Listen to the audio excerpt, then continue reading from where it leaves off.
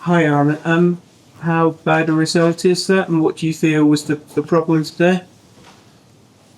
For how bad, that's difficult to measure, but it was a very bad, of course.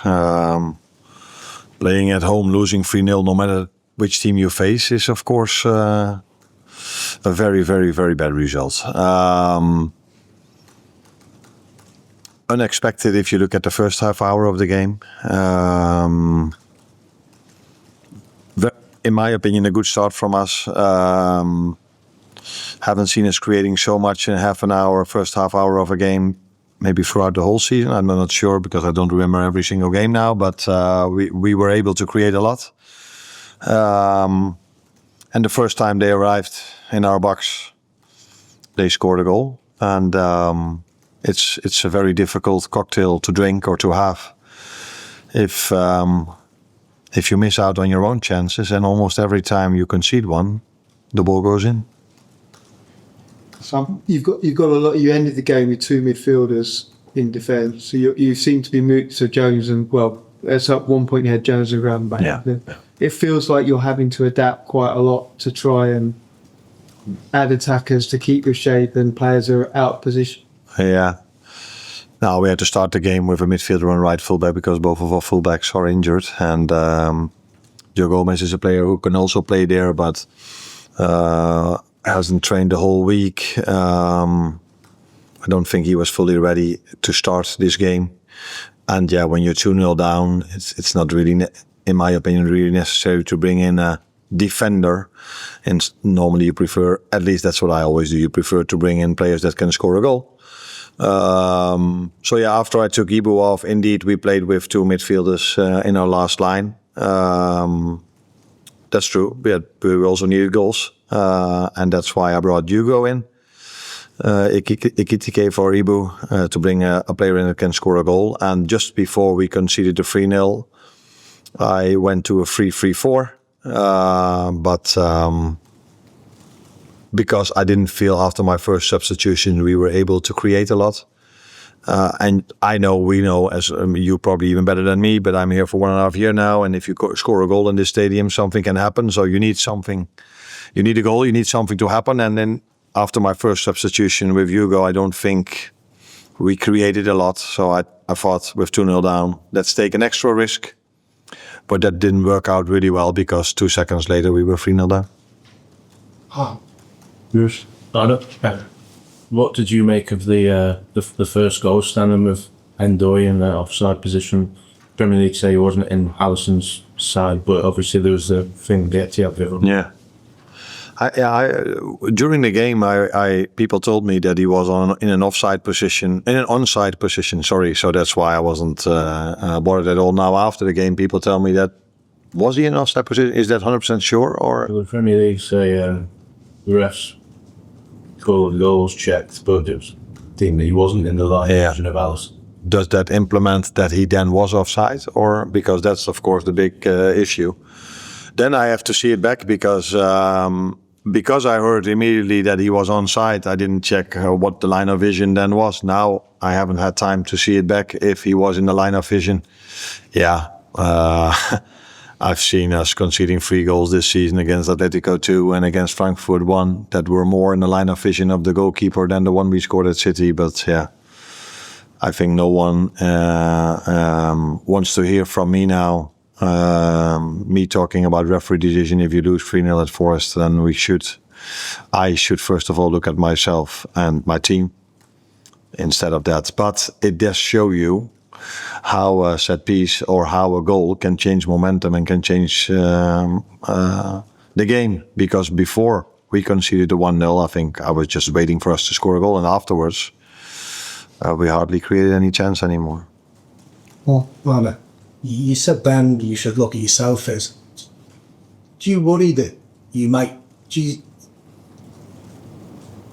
you think you can lead the team out of this slump of results, because it's the same sort of things that are happening each week in terms of set piece goals, missing chances, and I know the players have to. It's down to players at the end of the day. But oh no, it's my responsibility. If we win or lose, it's my responsibility. So But what I also see is that the team, and by the way, our fans as well, stayed till the end, supported the team till the end, and the players keep on trying till the end. And what I also see today, and that wasn't at City, but at City, we were not the only team that struggles in the first half. But in every other game we've played, we've been the dominant team, and we were able to create chances. And like I said, lately it's almost constantly that we miss our chances and the ones go in that we concede, but that will never continue throughout the whole season. But we need to have that moment of energy of scoring a goal. If you are playing well and you go 1-0 up, then the other team feels like, we've played here half an hour now and we're 1-0 down and we hardly seen the ball. But the opposite thing happened. They got a big energy boost from scoring 1-0. So I see a lot of things where in a normal situation the result would have been different, but we are now in a difficult situation, and then you need to do even more to get your results in than when things go in your favor. Guess what I was saying? Do you doubt yourself at all? I don't know, or does what you did last season give you and your career as an manager give you the confidence that there is a way out? Yeah, of course there's a way out, especially with the quality players we are having. So I think no matter if you win or lose, if you make a lineup and if you make substitutions, and when you look back, you're always thinking about, where can we do better? Where can we adjust? But that's something else than doubting yourself. But I want to emphasize one more time on the fact that I'm responsible for the current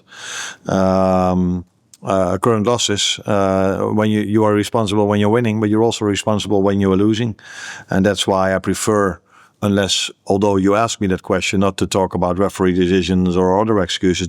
I can never come up with enough excuses for us to perform now, to have the results we have. That is far from good enough, and I'm responsible for that.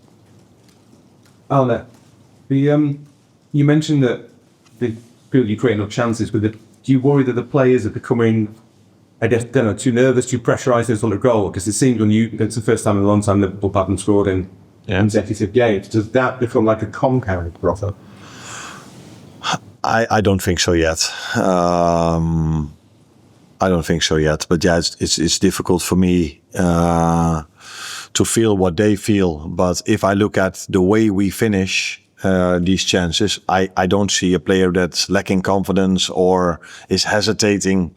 For example, the one with Maka, I think he hits it perfectly, but defended perfectly as well. So no, I don't think that's an issue. But yeah, it's difficult for me to judge because I'm not there in that moment. The only thing I can see is that we do create, and the finishing is as expected, but the blocks and the saves are also of quality. Matt, last one. I vision like the attempt to go to 3-3-4.